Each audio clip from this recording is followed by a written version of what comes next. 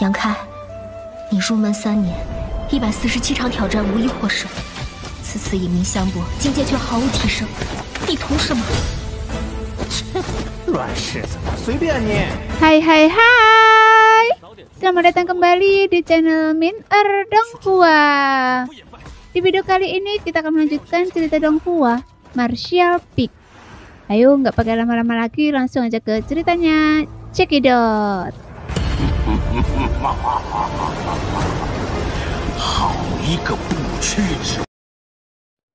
Pada saat ini sebagian besar prasasti yang diabadikan di atas panggung telah hancur.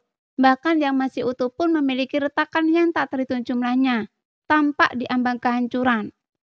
Prasasti-prasasti ini melambangkan leluhur bintang ungu, tokoh-tokoh besar yang memberikan kontribusi besar bagi bintang ini. Masing-masing pemegang prasasti ini adalah tokoh terkenal dan berkuasa di masa hidup mereka, dihormati oleh jutaan pejuang di seluruh bintang. Setelah kematian mereka, keturunan mereka menyimpan prasasti mereka di sini dan menghormati mereka selamanya.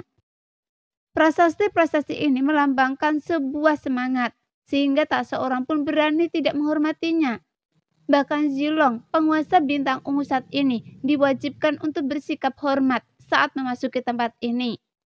Namun sekarang, simbol-simbol ini, keyakinan-keyakinan ini, semuanya hancur menjadi debu.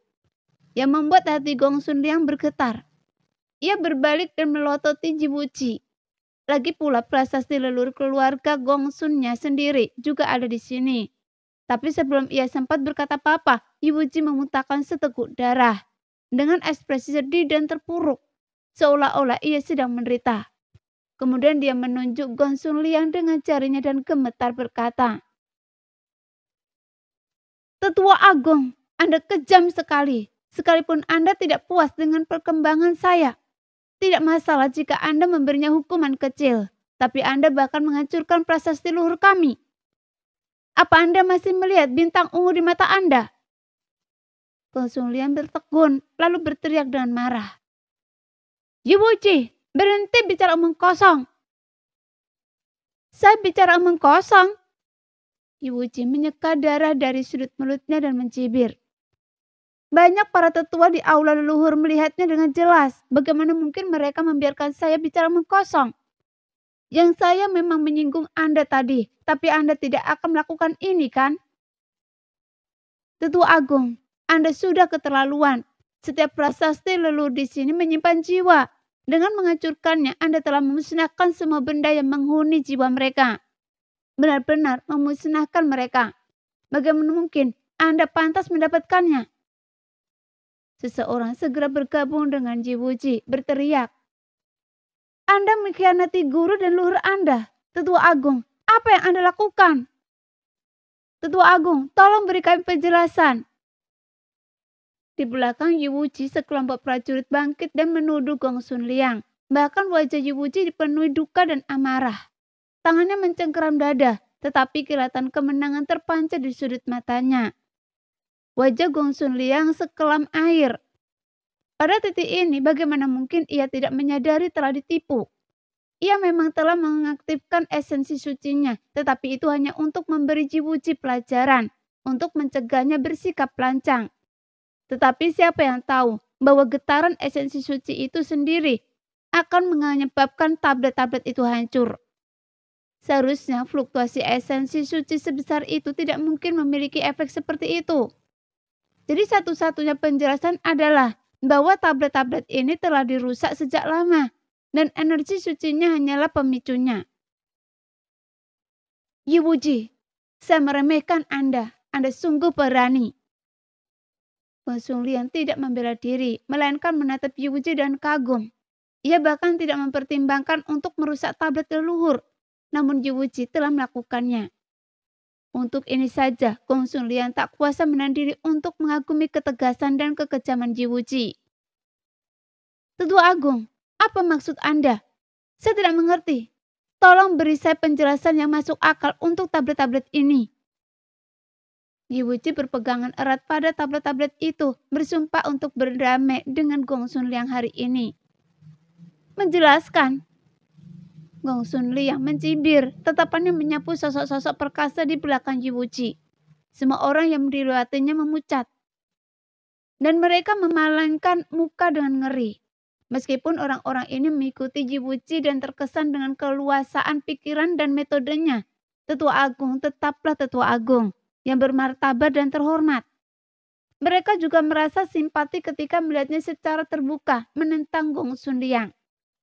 Ji Wuji menyadari hal ini, mengutuknya dalam hati, menyebutnya pecundang total. Ia memutar tubuhnya, menghalangi pandangan Gong Sun Liang, dan menggeram. Tetua Agung, apa Anda benar-benar tidak menghormati leluhur bintang ungu kita? Dengan kesombongan Anda, kualifikasi apa yang Anda miliki untuk memegang posisi Tetua Agung? Apakah itu yang Anda maksud? Gong Sun Liang terkekeh. Amarahnya mereda. Wah, Anda benar-benar cakap. Jika bukan karena Donglei, bintang ungu mungkin akan mencapai kesuksesan yang lebih besar di bawah kepemimpinan Anda. Sayang sekali, Anda ditakdirkan untuk menjadi badut. Anda mau penjelasan, nak? Akan saya berikan pada Anda. Begitu ia selesai berbicara, Gong Sun Liang melangkah maju dan meraih Ji Wuji. Dia tahu bahwa kejadian hari ini adalah jebakan yang dipasang untuknya. Terlepas dari apakah tablet itu telah dirusak sebelumnya, fakta bahwa ia telah menghancurkannya tidak dapat disangkal. Karena tidak ada cara untuk membenarkannya, maka tidak ada gunanya mencari alasan. Karena penalaran bukan hanya tentang kata-kata. Tinju juga bisa digunakan.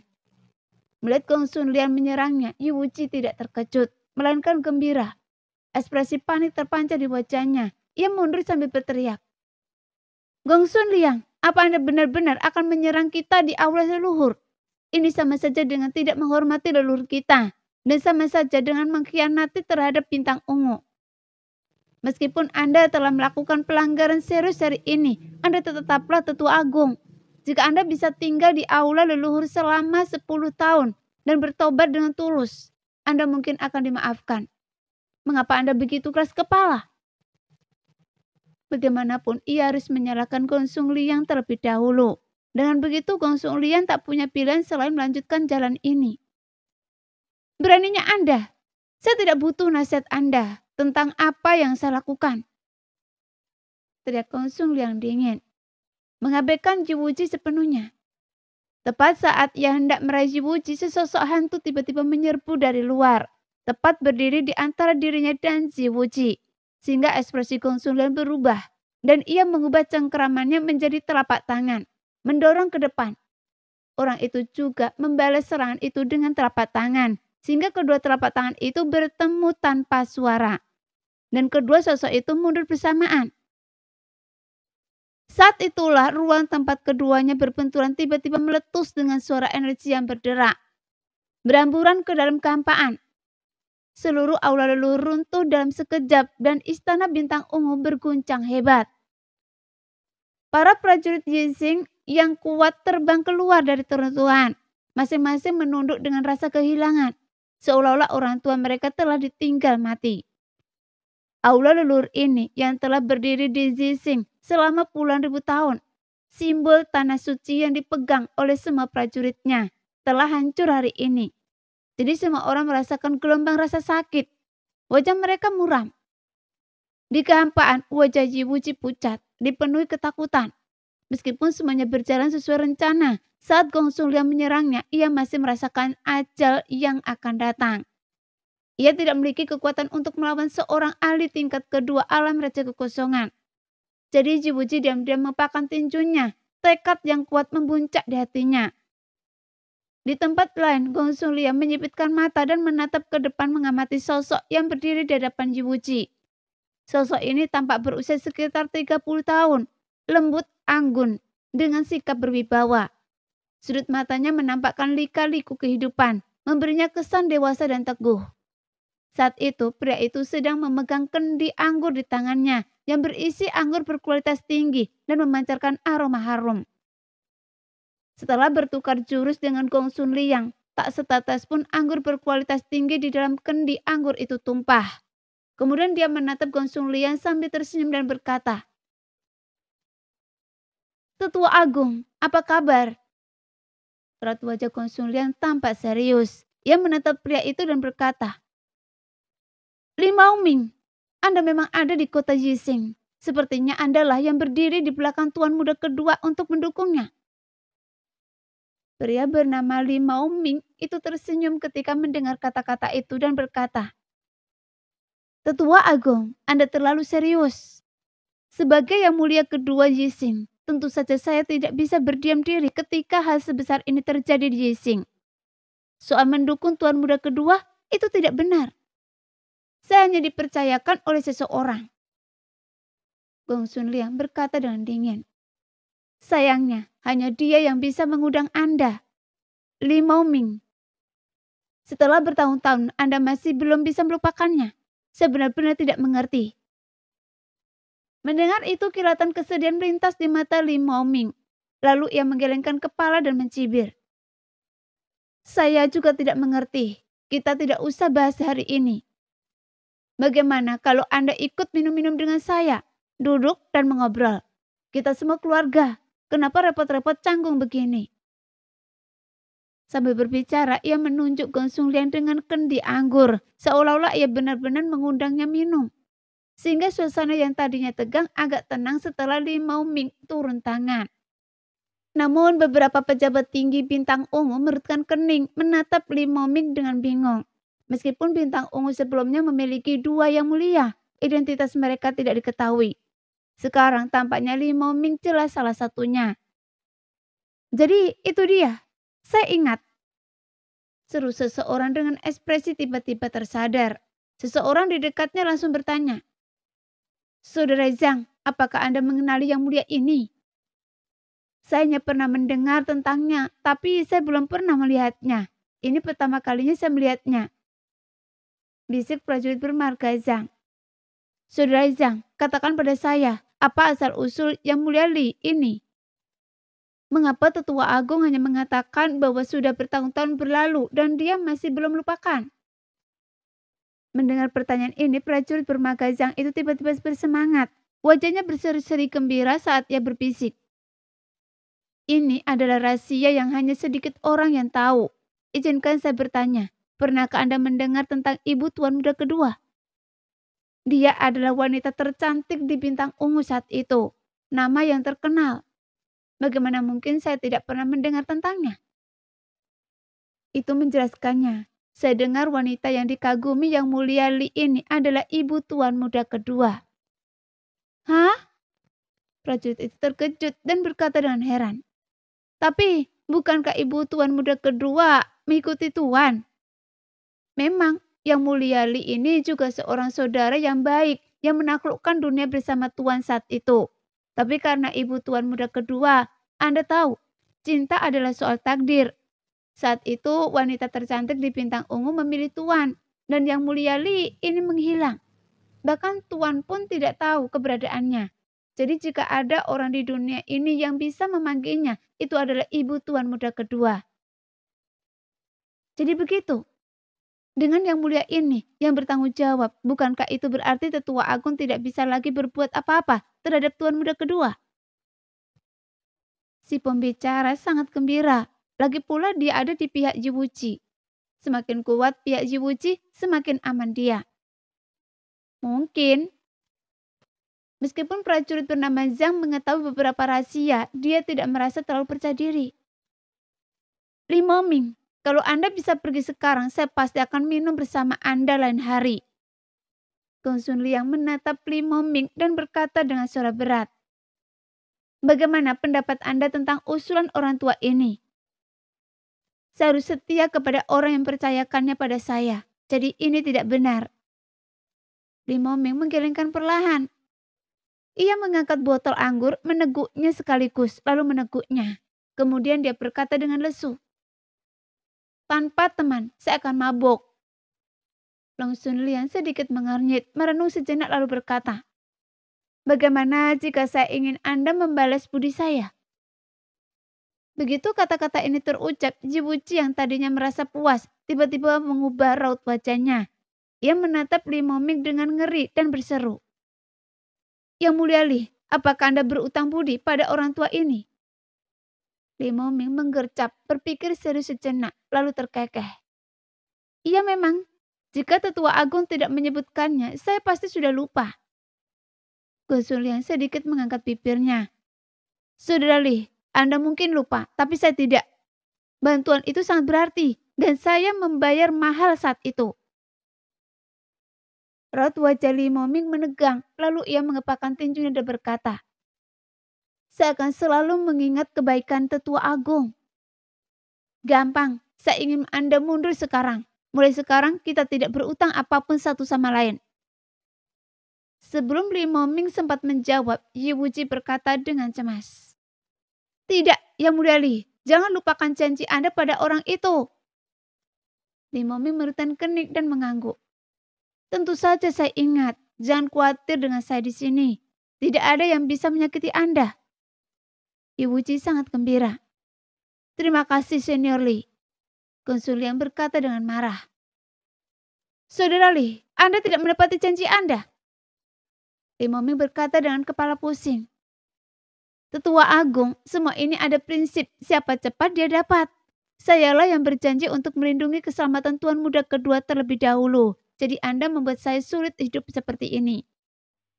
Gong Sun Liang awalnya sangat kesal, tetapi setelah merenungkan kata-kata Li Moming dengan seksama, matanya berbinar dan ia berkata, jadi Anda yakin akan melindungi keselamatan Tuan Muda kedua?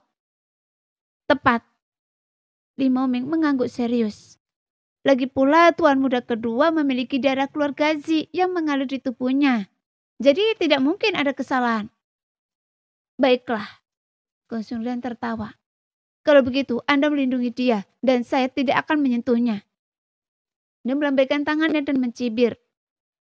Tangkap orang-orang di sekitar Tuan Muda kedua. Hati-hati, jangan sampai melukainya. Iya. Semua orang menjawab, bergegas menuju Yi Wuji, namun tidak ada yang menyerangnya. Masing-masing menyerang mengikut mereka sendiri. Sebelum anak buah Yi Wuji sempat bereaksi, mereka terseret ke dalam keributan, berteriak dan bersorak. Tiba-tiba pertempuran sengit meletus di atas istana bintang ungu. Pertunjukan cahaya suci yang memukau dan kekuatan harta karun rahasia yang tak terhitung jumlahnya menyilaukan mata, membuat esensi langit dan bumi bergejolak. Mata Yi Wuji melebar dan ia menatap Li Moming dengan panik. Yang Mulia Li, bagaimana bisa Anda bersikap seperti ini? Li Moming meliriknya sambil terkekeh. Tuan Muda kedua, saya hanya berjanji pada orang itu untuk menjaga Anda dan saya akan menepati janji saya. Namun nyawa orang lain bukan urusan saya. Yi Wuji sangat marah tetapi tak bisa berkata-kata. Berbalik ia melihat orang-orang kuat yang telah direkrutnya semuanya terkunci dalam pertempuran sengit. Dan kecemasannya seperti semut di wajan panas. Li Moming berkata, baiklah, hasilnya sudah ditentukan. Tuan Muda kedua, bagaimana kalau saya mengajak Anda minum-minum untuk menenangkan diri? Kalau Anda mau minum, silakan. Yi Wuji sangat marah dan ia tidak pernah menyetujui permintaan absurd seperti itu.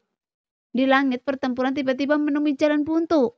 Karena Yi Wuji telah memilih hari ini untuk menghadapi Gong Sun Liang, ia secara alami memiliki kekuatan yang cukup besar. Praktis cukup untuk menandingi Gong Sun Liang. Oleh karena itu, kedua belah pihak berimbang dan mustahil untuk mengatakan siapa yang lebih kuat. Tapi Gong Sun Liang belum bergerak. Sebagai Raja Kekosongan tingkat kedua, jika dia ikut campur, kemenangan pasti akan ditentukan. Dan apa yang dia takutkan pasti akan terjadi. Sebelum Yi Wuji sempat menyelesaikan pikirannya, Gong Sun Liang telah melesat dan bergegas ke sisi tetua ketiga. Tetua ketiga, seorang kultivator tingkat pertama alam Raja Kekosongan, adalah salah satu yang pertama bergabung dengan Yi Wuji dan dianggap sebagai tangan kanannya. Namun bahkan sosok sekuat itu telah diincar Gong Sun Liang, telah mencapai batasnya dan diambang kekalahan. Sehingga wajah Yi Wuji menggelap dan ia menggeram. Yang Mulia Yang, seranglah. Saat kata-katanya jatuh, sesosok melintas di udara dan Yangke dengan santai muncul, tepat di samping Gong Sun Liang. Dengan desain pelan, ia menyerang Gong Sun Liang dengan telapak tangan. Tapi Yangke juga sangat frustasi. Dia telah mendapatkan panen besar dari pemberdayaan bintang ungu. Dan setelah membantai tempat itu, ia awalnya berencana untuk melarikan diri. Lagi pula tujuannya telah tercapai dan ia tidak perlu ikut campur dengan urusan Yiwuji. Bahkan orang-orang dari kamar dagang 5 arah dan Linuo serta yang lainnya dari rumah lelang Tongtiang telah bersiap-siap mengikuti instruksi rahasianya, menunggunya melarikan diri dan meninggalkan bintang ungu bersamanya. Namun Yang Ke tidak tahu bahwa Sentu dan yang lainnya telah dibawa pergi oleh Yiwuji. Karena tidak dapat menemukan Sentu dan yang lainnya untuk sementara waktu, Yang Ke hanya bisa diam-diam melepaskan boneka batu untuk mencari mereka. Sekarang mendengar panggilan Yiwuji, ia hanya bisa berpura-pura patuh. Saat Yang Ke muncul, kilatan cahaya melintas di mata Li Maoming dan ia menatap tajam. Meskipun ia telah lama menyadari keberadaan seorang ahli tingkat kedua alam raja kekosongan di istana bintang ungu, ia belum dapat memastikan bagaimana Yang Ke bisa muncul di sana. Sepertinya yang mulia ini dapat melampaui batas ruang. Tiba-tiba Li Maoming tertawa dan menggelengkan kepalanya. Saya hanya berjanji untuk menjaga Anda tetap aman. Orang-orang di sini semua adalah saudara Yixing. Bagaimana mungkin saya, Li Maoming, mengambil tindakan terhadap mereka? Yiwuji meritan kening, jejak perjuangan dan keraguan melintas di matanya, dan akhirnya berkata dengan suara berat. Jika saya membantu Anda merayu ibu saya dan membiarkan Anda memenangkannya, bolehkah saya memberi Anda kesempatan untuk bertindak? Apa kata Anda? Wajah Li Maoming menjadi gelap dan dia melototi Yiwuji. Tahukah Anda bahwa ucapan Anda barusan mencoreng nama baik ibu Anda? Jika saya mendengar Anda mengatakan hal seperti itu lagi, saya akan mematahkan tangan dan kaki Anda. Ketika pikiran ini muncul, wajah Li Maoming menjadi serius dan tatapan santainya sebelumnya menghilang. Kemudian dia berbisik. Tuan muda kedua, apakah ini yang mulia ketiga yang membuat banyak keributan hari ini? Benar. Melihat Yang Ke muncul, ekspresi Yiwuji akhirnya lebih tenang. Bagaimana menurut Anda tentang kekuatan yang mulia Yang? Sangat kuat, kata Li Maoming dengan suara berat. Energi suci sangat kuat, dia lebih kuat dari saya dan Tetua Agung. Yiwuji tersenyum dan berkata, kalau begitu Tetua Agung seharusnya bukan lawannya. Li Maoming menggelengkan kepalanya perlahan dan berkata, kekuatan seorang prajurit tidak bisa dinilai hanya oleh energi suci. Ada faktor lain yang terlibat.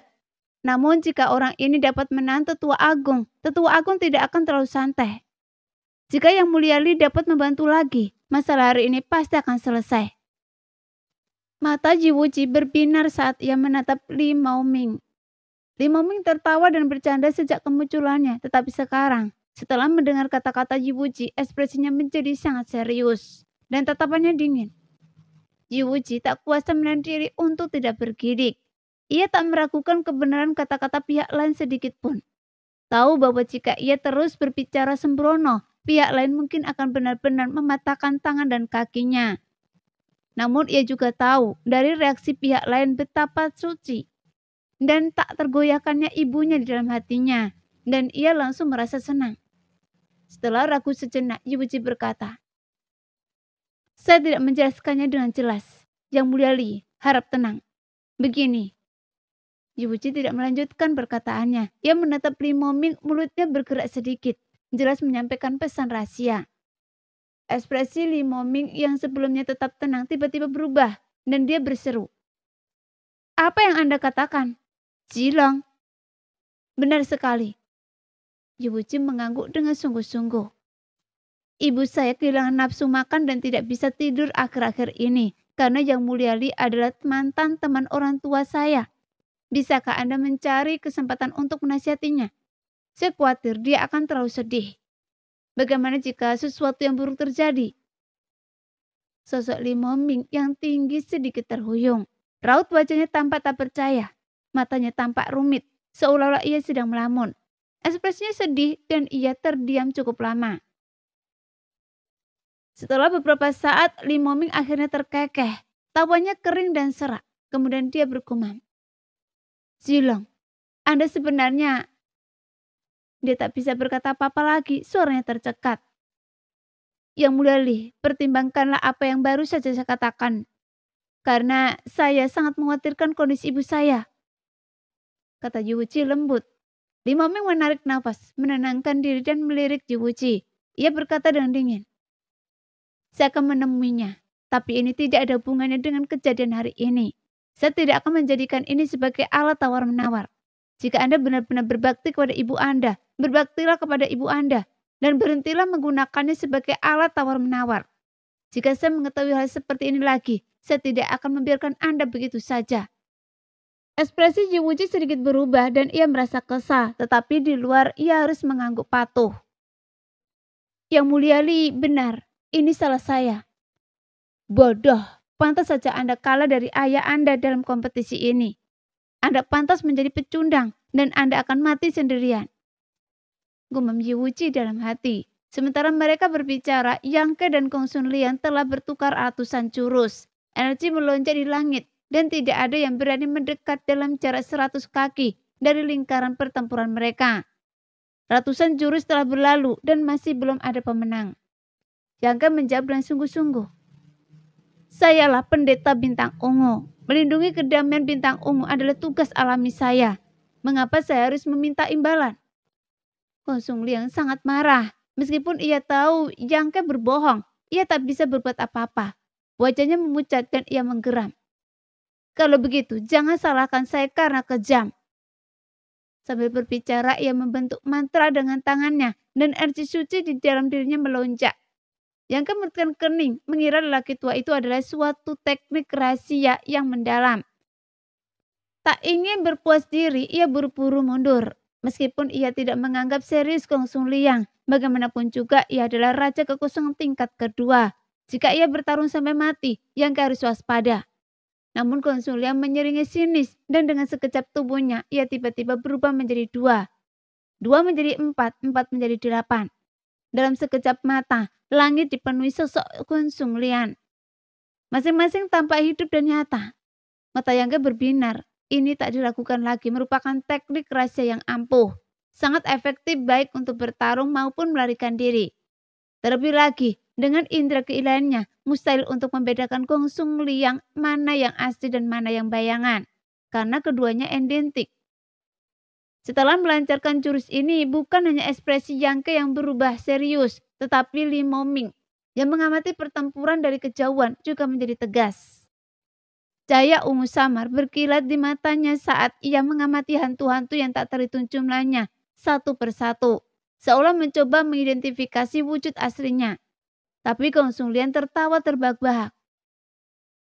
Tuan muda kedua, Anda memaksa saya melakukan ini. Saya harap Anda menanggung akibatnya. Setelah itu, semua hantu tiba-tiba mengabaikan Yang Ke dan menyerbu ke medan perang. Jeritan menggema saat seorang prajurit yang sedang bertempur dengan salah satu pasukan tetua agung tiba-tiba terpental mundur.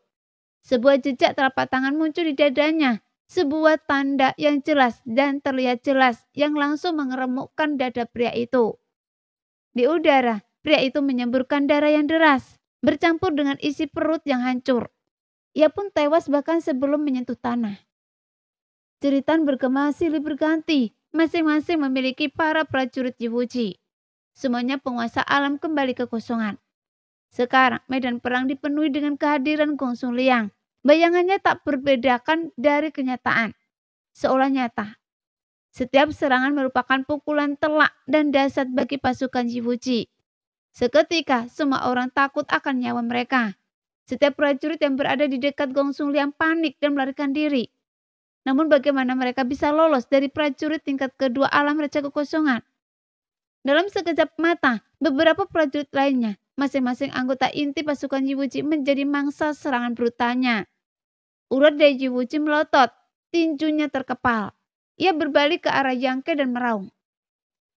Yang Mulia Yang, hentikan dia! Yang Ke berdiri di udara mengelus dagunya. Ia menggelengkan kepala dan berkata, Tuan muda kedua, permintaan Anda terlalu berlebihan. Saya tidak melihat kekurangan dalam gerakan tetua agung. Jadi bagaimana saya bisa menghentikannya? Kata-kata ini hanyalah kepura-puraan belaka. Ia terpaksa terlibat dalam pertempuran ini dan tak mau berusaha. Karena hidup mati Jising dan yang lainnya bukanlah urusannya. Sekalipun mereka musnah, Yang Ke tak peduli. Ia hanya ingin melur waktu. Setelah Xiao Xiao selamatkan Sentu dan yang lainnya, ia bisa langsung pergi. Namun setelah berdiri di sana beberapa saat, ia mulai menemukan beberapa petunjuk. Ia mulai memahami kehalusan jurus Gong Sun Liang. Jika ia bisa menggunakan mata iblis penghancur untuk menembus ilusi, mengungkapkan wujud aslinya akan mudah. Mendengar jawaban jangka yang tak bertanggung jawab, Yi Wuji merasakan sesak di dadanya, hampir muntah darah. Jika pasukannya benar-benar musnah, tak ada gunanya bertarung lagi. Dengan semua pasukan pergi, apa gunanya bertarung? Ia terdiam sejenak, raut wajahnya muram. Yi Wuji meraung. Kalau begitu, Yang Mulia Yang, berikanlah saya gigi ganti gigi, darah ganti darah. Yang mengangkat alisnya. Seringnya sinis tersungging di wajahnya. Gampang.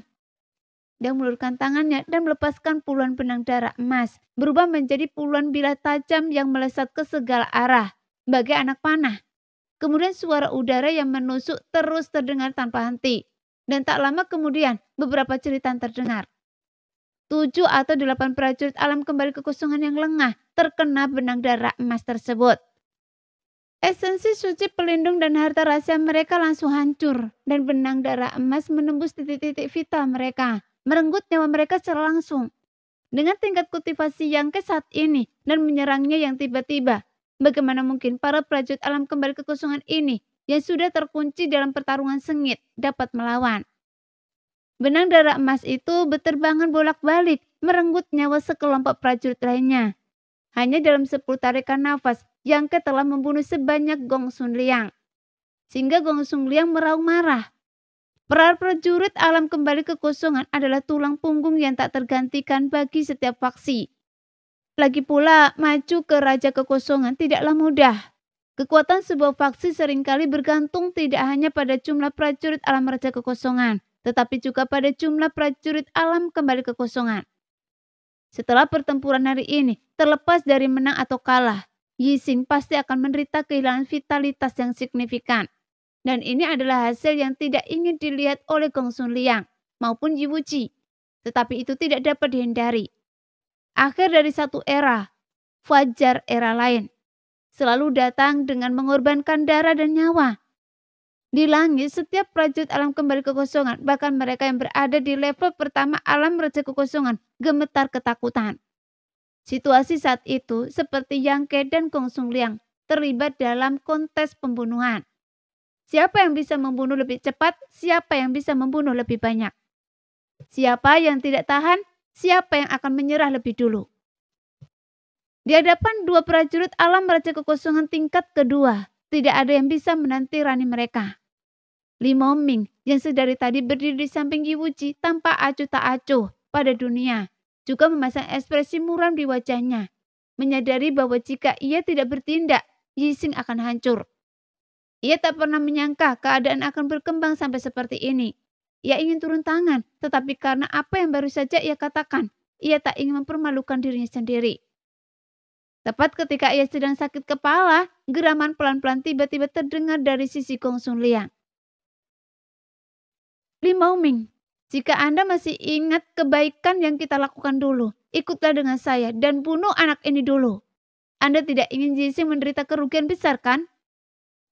Li Moming merutkan kening dan berkata ragu-ragu. Saya tentu saja tidak ingin melihat saudara saling membunuh, tetapi keselamatan Tuan Muda kedua. Saya tidak akan mempersulitnya. Saya tidak akan mengambil tindakan terhadap Tuan Muda kedua, sekalipun saya mengendalikan Yi Xing. Saya akan memastikan dia akan menikmati kekayaan dan keamanan seumur hidupnya. Ekspresi Li Moming tampak gelisah. Yi Wuji menatap Li Moming dengan ketakutan. Yang Mulia, Anda tidak akan... Sudah begini, dan saya tidak punya pilihan selain campur tangan. Li Moming mendesah. Jangan khawatir, saya di sini. Tak seorang pun di dunia ini yang bisa menyakiti Anda dan ibu Anda. Saya akan membela Anda bahkan jika saya mati. Setelah itu ia bergerak dan menghilang dari pandangan. Yi Wuji berdiri tertegun sejenak sebelum melontarkan tuduhan-tuduhan pedas. Menyebut Gong Sun Liang pengkhianat dan tercela. Dan Li Moming sebagai orang yang ikar janji. Yang melontarkan umpatan dan kutukan tanpa henti. Sikap anggunnya yang biasa pun lenyap. Dia sangat marah. Dan Li Moming yang terikat oleh kebaikan hati Gong Sun Liang. telah setuju untuk menemaninya melawan Jangke. Ini berarti Ji Wuji kalah telak dalam pertempuran hari ini. Terlepas dari janji Li Moming untuk menjaganya dan janji Gong Sun Liang untuk kemakmuran seumur hidup, tahta yang menjulang di atas miliaran penduduk bintang ungu bukanlah tempat yang bisa ia harapkan untuk direbutkannya. Kecuali Jangke bisa mengalahkan mereka berdua sekaligus. 1 lawan 2. Tapi mungkinkah itu? Ketiganya adalah ahli alam Raja Kekosongan tingkat kedua, dan kekuatan mereka kemungkinan besar serupa. Jadi mustahil satu orang bisa mengalahkan 2 orang. Memikirkan hal ini, mata Ji Wuji berkilat putus asa. Tiba-tiba semburat suara yang menusuk udara bergema dan bayangan Gong Sun Liang yang tak terhitung jumlahnya melesat kembali ke satu arah, memperlihatkan wujud aslinya. Mereka menatap dingin Jangke, tak bisa berkata-kata. Tak jauh darinya, Li Moming juga muncul. Keduanya membentuk serangan menjepit, mengapit Jangke dari kedua sisi. Namun Jangke tersenyum nakal dan dengan lamben tangannya, benang-benang darah emas yang menari-nari di udara kembali ditarik kembali ke dalam tubuhnya. Baru kemudian yang lain menghela nafas lega. Dalam rentang waktu singkat 20 atau 30 tarikan nafas, lebih dari 60 prajurit telah tewas di tangan 2 Raja Kekosongan tingkat kedua. Ke-60 individu ini semuanya adalah prajurit kuat di tingkat kedua atau ketiga dari alam kembali kekosongan. Tulang punggung bintang ungu. Untungnya krisis telah berakhir, tetapi meskipun mereka masih merasakan ketakutan yang tersisa, mereka tak dapat menahan rasa duka. Seolah-olah telah sepakat semua orang berhenti bertarung dan menatap ketiga Raja Kekosongan tingkat kedua di langit. Semua orang tahu bahwa hasil pertempuran hari ini bergantung pada ketiganya. Jadi tidak ada gunanya melanjutkan pertempuran. Dan karena sia-sia, mereka tentu saja tidak ingin melihat pertumpahan darah lagi. Seketika medan perang yang tadinya ramai menjadi sunyi. Banyak mata melirik Jangke, Gong Sun Liang, dan Li Moming. Ekspresi mereka serius. Namun para prajurit di pihak tuan muda kedua semuanya pucat pasi. Seolah-olah orang tua mereka telah meninggal. Mereka tidak buta dan mereka dapat melihat bahwa situasinya gawat bagi mereka. Karena jika Jangke kalah, mereka akan menjadi pecundang dan nasib pecundang tidak pernah baik. Apa? Apakah kalian ingin mencoba mengalahkan yang lemah?